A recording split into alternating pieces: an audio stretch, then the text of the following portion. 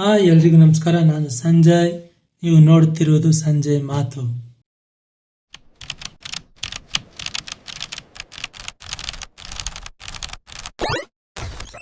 ನಮ್ಮ ಲಾಸ್ಟ್ ವಿಡಿಯೋದಲ್ಲಿ 3D image ಹೇಗೆ ಕ್ರಿಯೇಟ್ ಮಾಡೋದು ಅನ್ನೋದನ್ನ ತೋರಿಸಿದ್ದೆ. ಸೊ ಈಗ ಕಟ್ಔಟ್ ಇಮೇಜ್ ಅಥವಾ ಸ್ಟ್ಯಾಚ್ಯೂ ಇಮೇಜ್ ಎಂದು ಕರೆಯಲ್ಪಡುವ ಚಿತ್ರವನ್ನು ಹೇಗೆ ಕ್ರಿಯೇಟ್ ಮಾಡೋದು ಎಂಬುದನ್ನು ತೋರಿಸಿಕೊಡ್ತಿದ್ದೇನೆ.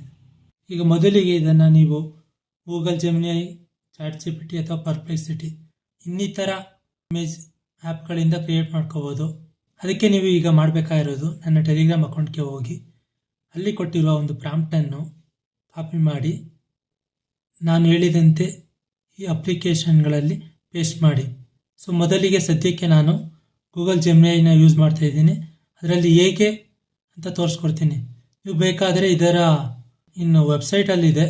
ಸೊ ಅದರಲ್ಲಿ ಸಹ ನೀವು ಇಮೇಜನ್ನು ಕ್ರಿಯೇಟ್ ಮಾಡ್ಕೋಬೋದು. ನಿಮಗೆ ಈ ರೀತಿಯ ವಿಡಿಯೋಗಳಿಗಾಗಿ ಹಾಗೂ ಹೆಚ್ಚಿನ ಮಾಹಿತಿಗಳಿಗಾಗಿ ನಮ್ಮ ಯೂಟ್ಯೂಬನ್ನು ಸಬ್ಸ್ಕ್ರೈಬ್ ಮಾಡಿ ಹಾಗೂ ನಮ್ಮ ಇನ್ಸ್ಟಾಗ್ರಾಮ್ ಅಕೌಂಟನ್ನು ಫಾಲೋ ಮಾಡಿ.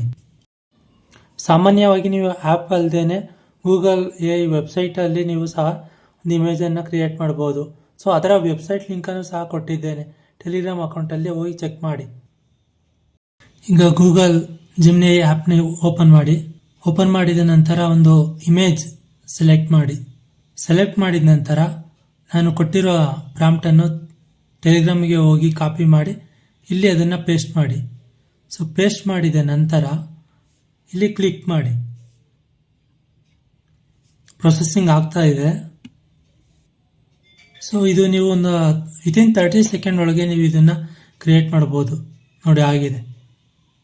ಹೀಗೆ ನೀವು ಒಂದು ಝೂಮ್ ಮಾಡಿ ನೋಡ್ಕೋಬೋದು ಕರೆಕ್ಟಾಗಿದೆ ಏನಾದರೂ ಚೇಂಜ್ ಮಾಡ್ಕೋಬೋದಾ ಅಂತ. ಇಲ್ಲ ಪ್ರಾಂಪ್ಟಲ್ಲಿ ನಿಮಗೆ ಚಿಕ್ಕ ಚೇಂಜ್ ಮಾಡ್ಕೋಬೋದು. ಈಗ ನಿಮ್ಗೆ ಇದು HD ಕ್ಲಾರಿಟಿಲಿ ಬೇಕಂದ್ರೆ ಡೌನ್ಲೋಡ್ ಮಾಡ್ಕೊಳ್ಳಿ. ಡೌನ್ಲೋಡ್ ಮಾಡಿದ ನಂತರ ನೀವು ನಿಮ್ಮ ಗ್ಯಾಲರಿಯಲ್ಲಿ ಓಪನ್ ಮಾಡಿದಾಗ ಅದು HD ಕ್ಲಾರಿಟಿಲಿ ನಿಮಗೆ ಇದು ಕಾಣುತ್ತೆ. ಸೊ ಅಲ್ಲಿ ನೀವು ಇದು ಹೇಗಿದೆ ಅನ್ನೋ ಒಂದು ಪ್ರಸ್ತುತತೆ ತಿಳ್ಕೊಬೋದು. ಇದಲ್ಲದೆ ನೀವು ಬೇರೆ ರೀತಿಯಲ್ಲೂ ಹೀಗೆ ಕಟ್ಔಟ್ ಇಮೇಜ್ ಅನ್ನು ಕ್ರಿಯೇಟ್ ಮಾಡಬಹುದು. ಇದರ ಪ್ರಾಂಪ್ಟ್ ಅನ್ನು ಸಹ ಟೆಲಿಗ್ರಾಮ್ ಅಲ್ಲಿ ಕೊಡಲಾಗಿದೆ. ಮುಂಚೆ ಈ ರೀತಿ ಕಟ್ಔಟ್ಗಳನ್ನ ನಾವು ರಿಯಲ್ ಆಗಿ ನೋಡ್ತಿದ್ದೋ, ಆದರೆ ಈಗ AI ಇಂದ ಈ ರೀತಿ ನೋಡುವಂತಾಗಿದೆ. ಅದೇನೇ ಇರಲಿ, ಎಲ್ಲವಾಗೋದೆಲ್ಲ ಒಳ್ಳೆಯದಕ್ಕೆ. ಶುಭವಾಗಲಿ. ನಿಮ್ಮ ಅನಿಸಿಕೆ ಅಭಿಪ್ರಾಯಗಳನ್ನು ಕಮೆಂಟ್ಸ್ ಮೂಲಕ ನಮಗೆ ತಿಳಿಸಿ. ನಿಮಗೆ ಈ ವಿಡಿಯೋ ಇಷ್ಟವಾದರೆ ಲೈಕ್ ಮಾಡಿ, ಶೇರ್ ಮಾಡಿ ಹಾಗೂ ಸಬ್ಸ್ಕ್ರೈಬ್ ಮಾಡಿ. ಮುಂದಿನ ವಿಡಿಯೋದಲ್ಲಿ ಸಿಗೋಣ. ಧನ್ಯವಾದಗಳು.